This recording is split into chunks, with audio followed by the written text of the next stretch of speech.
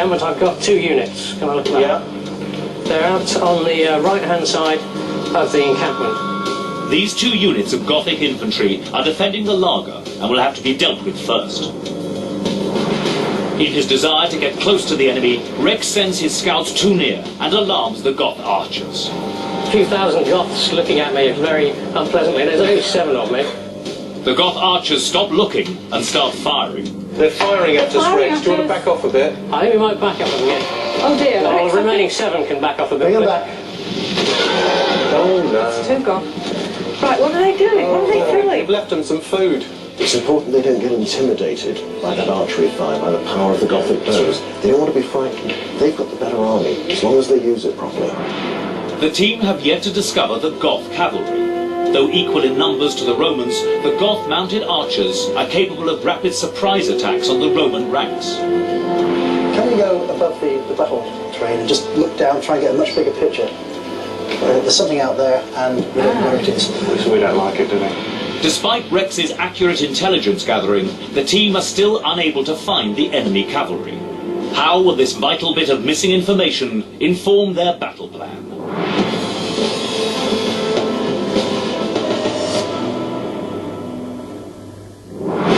They have a defensive position. Yes.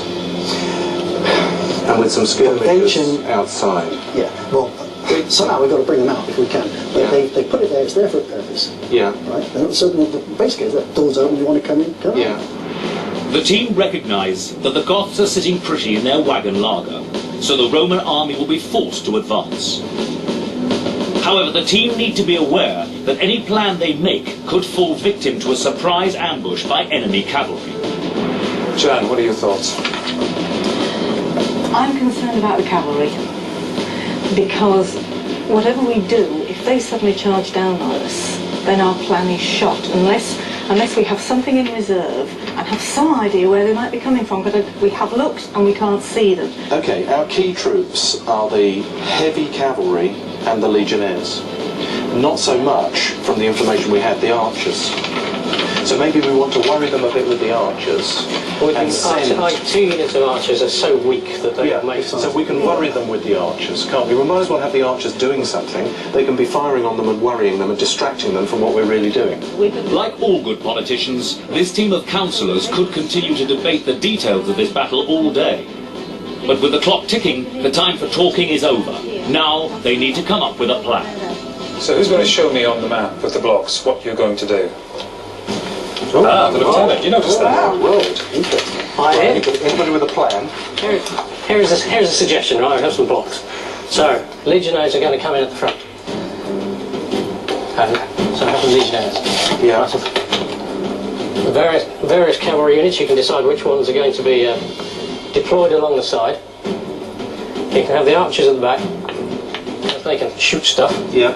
That's your flank. They're good at deploying against anything coming in quickly. So I have one column that's going to attack directly into the enemy encampment. I'm going to have one that's going to come around this side and try and trade them on the left-hand side. Now that's really a formation for moving to the fighting. It's a question of what do you do once you get there? Well, this is it. When they get to this wagon ladder, they have got to concentrate against 1 or 2 gaps. That's not a bad formation for doing that. But that formation, that narrow column, will not force the defenders of that wagon ladder to disperse to defend it. No, they can see where their Romans are coming and be there to meet them. So the only way that will work is if they can use their cavalry or part of their infantry to disperse the defenders. If we send the some cavalry, not the heavy cavalry, and the auxiliary defensive, or whatever they are down here, yeah? Then we send the archers in behind them, essentially, yeah? I think you have to attack on more than one side. Yes. You don't necessarily want to attack on 3 or 4. Okay. The team appear at cross purposes. Martin's idea for an early attack on the Goth infantry outside the Lager is rebuffed by his teammates, who are eager to map out the main assault. They're waiting for the cavalry. At some point, I think they're going to arrive. We've got to try and get in there and do something serious before. Okay. Attack both sides, Yeah. hit the centre at the same time. Okay, so we're attacking 3 sides? He can attack on three sides, but he must attack with one main effort Yes. and two subsidiary attacks. Yes. And one of those subsidiary attacks should be very weak indeed. Or do two main attacks and give one to each of his lieutenants and let them fight their own battle. This is the moment when I want to hear exactly what the plan is from you, because you're directing the battle. The pair of you generals, tell me what it's going to be. We want to attack them with our legionnaires who are good at taking them head on, but not so good on the flank. So we want to go straight for them with the legionnaires, but to go round them with the heavy horse.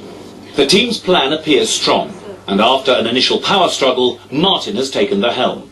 But can this team execute this well-conceived plan in the heat of battle? It's 378 AD, the Battle of Adrianople. Controlling up to 20,000 Roman troops under the leadership of Emperor Valens are a team of councillors from Milton Keynes. They aim to rid the area of a group of invading warrior Goths led by their commander Fritigern. With the enemy sitting tight in their protective laager, the team plan to send their legionaries, their main fighting force, into one gap in the Gothic camp, while using their cavalry in flank attacks on two other sides. This battle plan could work if the Romans can deploy quickly before the Goth cavalry launch their surprise attack. But as yet, the Romans have not discovered where they're hiding. Will this team's battle tactics bring fame for Rome, or freedom for the nomadic Goths?